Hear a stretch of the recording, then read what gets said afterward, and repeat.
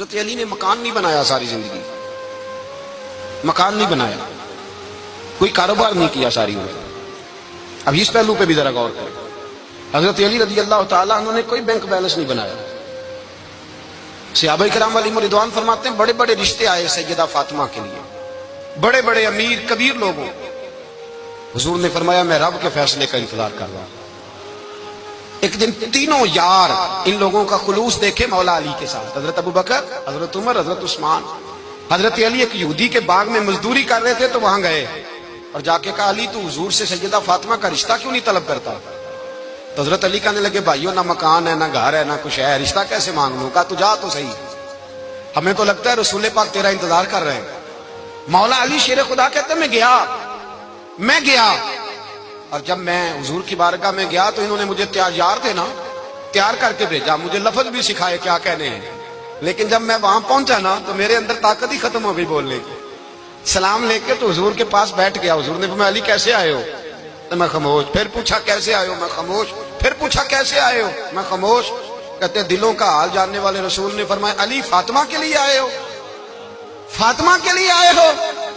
تو حضرت علی کہتے ہیں میرا جواب بڑا نرالا ہے۔ میں نے کہا حضور وہ تینوں میرے پاس باغ میں گئے تھے، وہ تینوں گئے تھے، مجھے انہوں نے بھیجا ہے۔ کہتے ہیں رسول پاک مسکرا دیے، فرمایا علی انہوں نے نہیں تجھے بھیجا، رب کریم نے فاطمہ کا تیرے ساتھ نکاح کر دیا ہے، تیرے لیے فیصلہ ہو گیا ہے، فاطمہ کا تیرے حق میں فیصلہ ہو گیا۔ حضرت علی سیدہ فاطمہ کو بیاہ کے لے گئے تو حضرت زید بن حارثہ کے مکان میں، کوئی مکان نہیں۔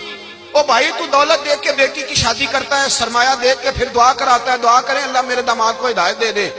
میرے رسول نے بیٹی کی شادی کی تقوی دیکھ کے، پرہیزگاری دیکھ کے، دینداری دیکھ کے، اس شخص کو بیٹی دی جو السابقون السابقون کے درجے میں شامل، جو ان الذین آمنوا وعملوا الصالحات اولئک هم خیر البریہ کے درجے میں شامل، ان کو اپنی بیٹی دی۔